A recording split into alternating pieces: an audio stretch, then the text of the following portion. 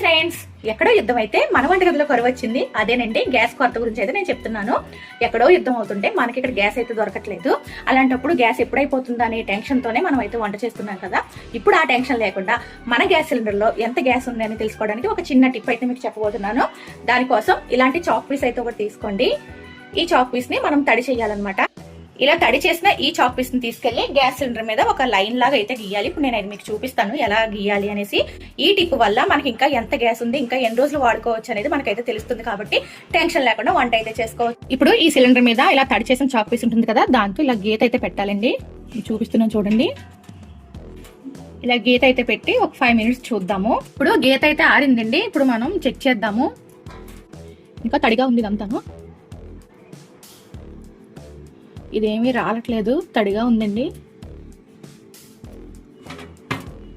ఇది కూడా చూడండి, ఇదైతే అసలు తుడిచినా కూడా పోవట్లేదు అనమాట.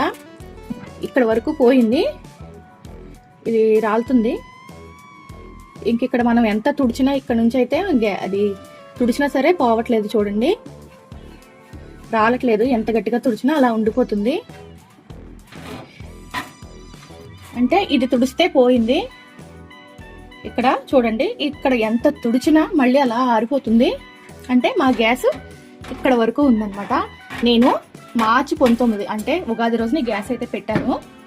అయితే ఇంతవరకు మా గ్యాస్ అయిపోయింది. ఇంకా ఈ పాట్ అయితే గ్యాస్ ఉంది. గ్యాస్ ఉన్న దగ్గర తడి అయితే ఉంటుందండి. మనం ఎంత చెరిపినా సరే అది చెరగదు. ఇలా దానికి అలా అయిపోతుంది. పైన గ్యాస్ లేదు కాబట్టి చెరపగానే ఇలా చెరిగిపోయింది. ఆల్రెడీ గ్యాస్ ఉన్న సిలిండర్ మీద అయితే మనం టెస్ట్ చేసాము.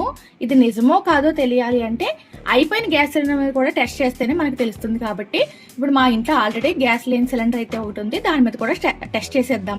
ఖాళీ గ్యాస్ సిలిండర్ మీద కూడా నేనైతే ఇప్పుడు గీసి చూపిస్తాను మీకు.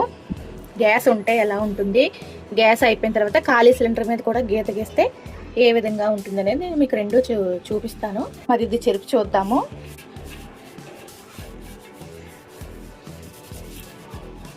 ఇదైతే చెరిగిపోతుందండి. ఆల్రెడీ గ్యాస్ సిలిండర్ కి ఇక్కడ బాగాలేదు పెయింటింగ్, అందుకే అలా ఉండిపోయింది. కానీ ఇదైతే చెరిగిపోయిందండి. మనకి ఇదిగోండి చేతికి అయితే అంటుకుంది, చెరిగిపోయింది.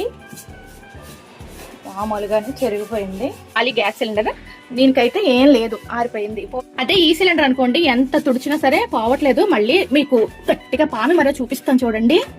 ఎంత తుడిచినా అసలు ఎంత గట్టిగా ఈ తడి అయితే తెలుస్తుంది అనమాట. అయితే ఇక్కడ లేదు కాబట్టి తుడవగానే పోయింది.